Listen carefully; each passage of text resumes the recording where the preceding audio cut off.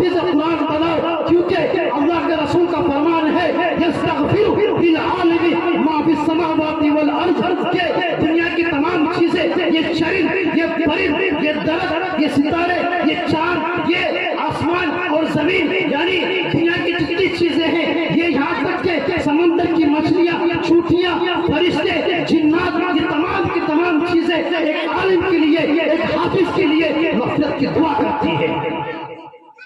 میرے محترم، اگر آپ اپنے بچوں کو عالم بنائیں گے، حافظ قرآن بنائیں گے،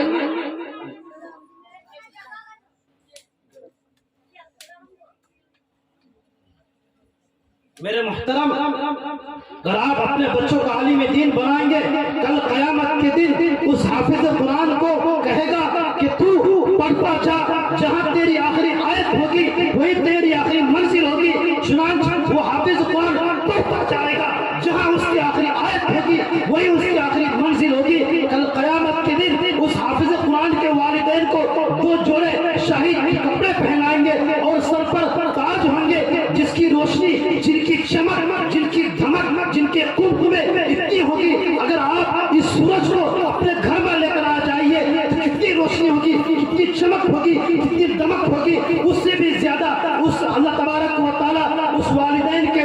اس بچے کے والدین کو تاج پہنائیں گے اور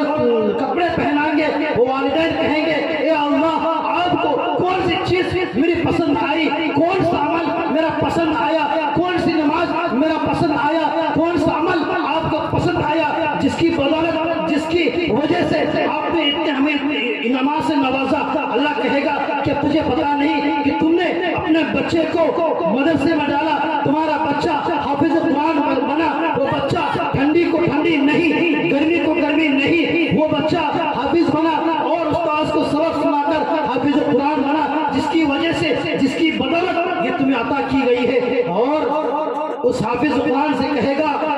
اور اس حافظ قرآن کو اللہ تبارک و تعالیٰ یہ بھی انعام دے گا کہ تم ایسے 10 لوگوں کو جنت دلا سکتے ہو جس کا فیصلہ جہنم میں ہو چکا ہوگا، وہ جس کا فیصلہ جہنم میں بالکل ہو چکا ہوگا کہ وہ جہنم میں چلے گا، لیکن اس حافظ قرآن کی فضیلت کی وجہ سے، اس حافظ قرآن کی عزت کی وجہ سے وہ 10 لوگوں کو جہنم جانے نہیں دے گا اور اس کو جنت میں لے کر جائے گا۔ اللہ، یہ ہے عالم کی فضیلت، یہ حافظ قرآن کی فضیلت۔ میرے محترم، ایک شخص تھا، اس کی خواہش تھی، اس کی تمنا تھی کہ میری اولاد میں، میرے اہل و عیال میں کوئی عالم دین ہو، کوئی حافظ قرآن ہو، لیکن اتفاق سے اس کی اولاد میں کوئی لڑکا ہی نہیں تھا۔ اچانک وہ بیمار پڑ جاتا ہے، اس کی بیوی حاملے سے ہوتی ہے، وہ اسی حالت سے دنیا کو رخصت کر دیتا ہے، وہ دنیا سے چلا جاتا ہے، مر جاتا ہے۔ لیکن کسی شخص نے اس کو خواب میں دیکھا، وہ پریشان میں ہے، اتنے غضب میں ہے، قہر الہی میں ہے۔ پھر چند دن کے بعد وہی شخص جس نے خواب دیکھا تھا پھر اسی شخص کو دیکھتا ہے، دیکھتا کیا ہے کہ اس دن عذاب میں تھا، قہر الہی میں تھا، آج شان و شوکت میں ہے، موج مار رہا ہے، مستیاں کر رہا ہے۔ پوچھا کیا بات ہے، اتنی تم خوش کیوں؟ میں نے تمہیں خواب میں اس دن دیکھا تھا، تم پریشان حال میں تھے، آج اس کا الٹا ہے، کیا بات ہے؟ اس شخص نے کہا کہ میں نے اپنی بیوی کو یہ وصیت کی تھی کہ اگر میرے مر جانے کے بعد اگر لڑکا پیدا ہونا،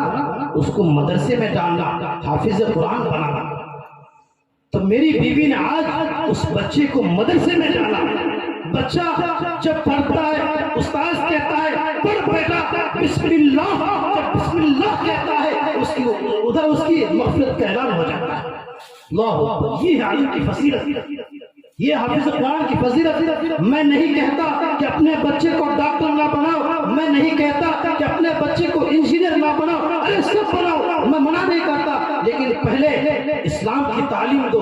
بچے کو پہلے اسلام کی تعلیم دو، نبی کے کلمات سکھاؤ، نبی کے نام سکھاؤ، اللہ کے نام سکھاؤ، نبی کے نام 99 ہیں، اللہ کے نام 99۔ میرے دوستو، آج بھی صابر کریئر پیدا ہو سکتا ہے، قاسم نامت بھی پیدا ہو سکتے ہیں، خواجہ معین الدین چشتی رحمۃ اللہ علیہ پیدا ہو سکتے ہیں، اگر ماں کی تربیت صحیح ہو۔ جب بچہ پیدا ہوتا ہے اس کا پہلا مدرسہ، اس کی پہلی تربیت ماں کی گود ہوتی ہے۔ آپ نے ایک بزرگ کا نام حضرت بایزید بستامی رحمۃ اللہ علیہ کا نام سنا ہوگا۔ وقت کے بہت بڑے بزرگ گزرے، اللہ والے گزرے ہیں، ولی کامل بنے ہیں، ایسے نہیں گزرے۔ جب چھوٹے تھے تو ان کے والد صاحب ہیں ان کا انتقال ہو جاتا ہے، اور ان کی ماں ادھر ادھر اس کے گھر جا کر کچھ کام کرتی، کچھ پیسے ملتے، کچھ غلے ملتے تو خود کھاتے اور بچے کی پرورش کرتی۔ جب بچہ بڑا ہو جاتا ہے ماں کو فکر لائق ہوتی ہے کہ اب کیا کرے، میں تو دن میں اس کے گھر جا کر کام کرتی ہوں، اگر اس کو ایسے ہی چھوڑ دیا جائے بچہ بگڑ جائے گا، ایک عالم دین نہیں بن پائے گا، حافظ اللہ نہیں بن پائے گا، اچھا انسان نہیں بن پائے گا۔ کسی نے مشورہ دیا کہ تم فلاں جگہ جاؤ، وہاں پر ایک مدرسہ ہے، وہاں پر ایک مولوی صاحب ہے، وہاں پر ایک مدرسہ چلاتے ہیں۔ اب تک یہی سننے میں آیا ہے جو بھی بچہ اس مدرسے میں پڑھتا ہے ایک اچھا عالم دین بن جاتا ہے، حافظ قرآن بنتا ہے۔ وہ ماں گھر آتی ہے، بچے کو نہلاتی ہے، دھلاتی ہے، اچھے کپڑے پہناتے ہیں، سرما لگاتے ہیں، عطر لگاتے ہیں، بچے کی ہاتھ پکڑتی ہے، کہتی ہے چلو بیٹا مدرسہ چلو، تمہیں مدرسے میں ڈالیں گے، ایک اچھا عالم دین بنائیں گے، حافظ قرآن بنائیں گے، ولی کامل بنائیں گے۔ جب وہ عورت مدرسہ پہنچتی ہے، استاذ کے پاس جاتی ہے، استاذ کو کہتے ہیں حضرت میں اس بچے کو آپ کی تربیت میں رکھنا چاہتی ہوں، کیونکہ میرے گھر میں میرا شوہر نہیں ہے، نہ اس کے بھائی ہیں، نہ اس کے بہن ہے، کوئی بھی نہیں ہے، میں اس کے وہاں کام کرتی ہوں، اگر اس کی اچھی تربیت نہیں ہو پائے گی تو بچہ بگڑ جائے گا، آپ اسے اپنے پاس رکھ لیجئے، اس بچے کو اس وقت تک چھٹی نہ دیجئے جب تک کہ یہ بچہ عالم دین نہ بن جائے، حافظ قرآن نہ بن جائے، ولی کامل نہ بن جائے۔ استاد دل میں سوچتے ہیں اس عورت کے اندر عجیب کیفیت ہے، اس عورت کے اندر عجیب